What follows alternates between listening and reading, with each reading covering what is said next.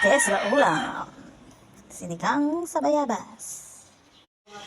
So yan guys, kumukulo na siya. Nilagyan ko lang siya ng konting kamatis para may konting asin din siya.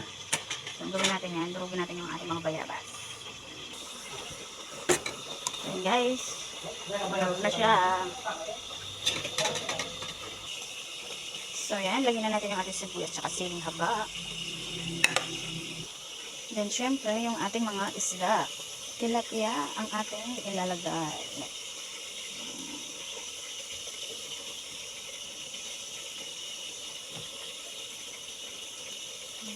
Tayo natin kumulo.